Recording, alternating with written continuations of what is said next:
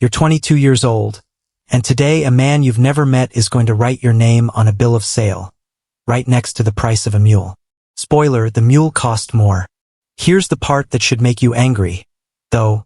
There's a woman buried in the historical record who started exactly where you're standing right now, and ended up buying her former owner's house. We'll get to her. First, you need to understand exactly how far down the ladder you're starting. You didn't choose this life, almost nobody in it did. Maybe you were born to an enslaved mother, which under Roman law made you enslaved automatically, no matter who your father was. Maybe you were captured in one of Rome's wars and marched home in a chain gang. Either way, you end up on a platform in the forum, feet chalked white to mark you as freshly imported stock, while a trader calls out your price to a crowd that's discussing you like livestock because legally that's close to what you are. A slave in Rome was res, a thing, property under the law with no right to marry, no right to refuse an order, and no legal claim to your own body. The buyer today runs a lepaner, a licensed brothel, or he's a wealthy man shopping for a concubina, a live-in mistress with no legal rights but, if you're lucky, a permanent address. Either way, your value just got calculated in front of you, your age, your looks, your health, your ability to sing or dance or speak Greek. All of it priced like inventory. Here's the thing almost nobody tells you about Roman slavery. It wasn't automatically a life sentence. There's a door out. You just have to survive long enough and please the right person enough to reach it. Keep that in your head. It's the whole reason this story doesn't end where you think it does. If you had to survive on one skill alone to raise your market value, singing, dancing, or reading Greek poetry, which one are you picking? Drop it below.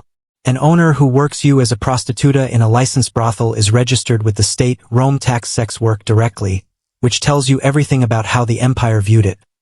Not shameful enough to ban, not respectable enough to protect. You get a stage name, usually Greek-sounding because exotic sold. You get a number over your door. And you get whatever your owner decides counts as your work. No legal minimum, no legal limit, no legal recourse. The danger isn't hypothetical.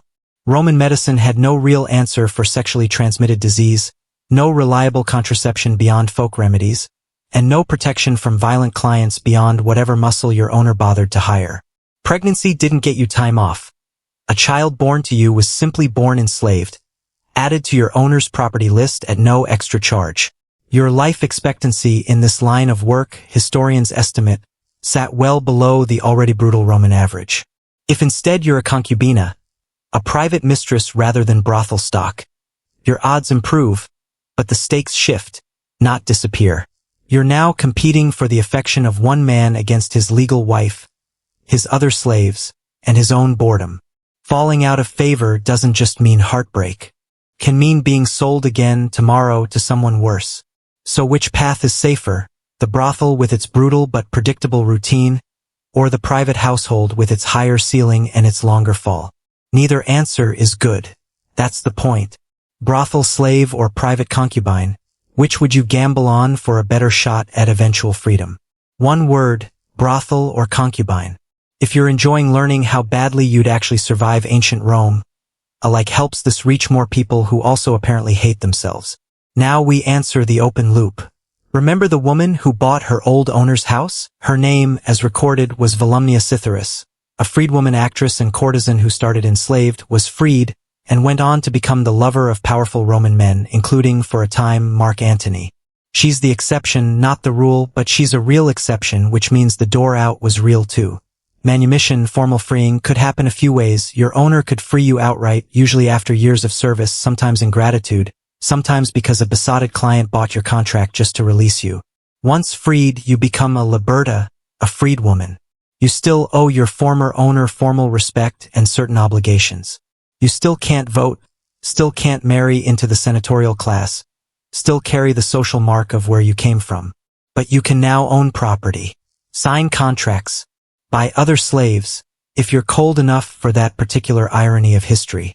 Build an estate, buy a house that used to own you. This is the pivot the whole video has been walking toward. The same legal system that classified you as a thing also built in an exit ramp, not out of mercy, but because a freed slave who owed you loyalty was often more useful to a Roman than an enslaved one who resented you. Your survival, if it comes, will be a byproduct of someone else's self-interest. That's Rome.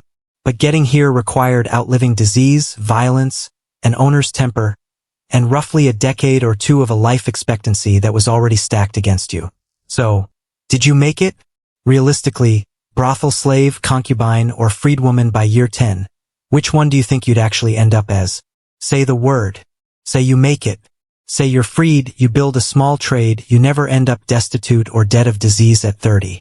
You are still, for the rest of your life, a liberta first and a person second in the eyes of Roman law. Your children, if born after your freedom, are the first in your line to be born fully free, and that, in the Roman system, is the actual finish line. Not your freedom. That's the trade this entire life extracts from you. You don't win for yourself. At best, you win for whoever comes after you. If you want to see whether you'd survive Rome's other brutal jobs, we've already covered the Vestal Virgins and the Gladiators. The rest of the You Wouldn't Last One Day series is right here, and subscribing means you don't miss the next one. 22 years old, chalked feet, a price tag next to a mule's. That's where you started. Whether you end up a name on a brothel door, a footnote in a senator's letters, or, if the odds break your way for once, a freedwoman with a house and a freeborn child, one thing stays true the whole way through. In Rome, your survival was never really up to you. It was up to whoever was doing the pricing. Which Roman job should we put you through next? Drop it in the comments, we're taking requests.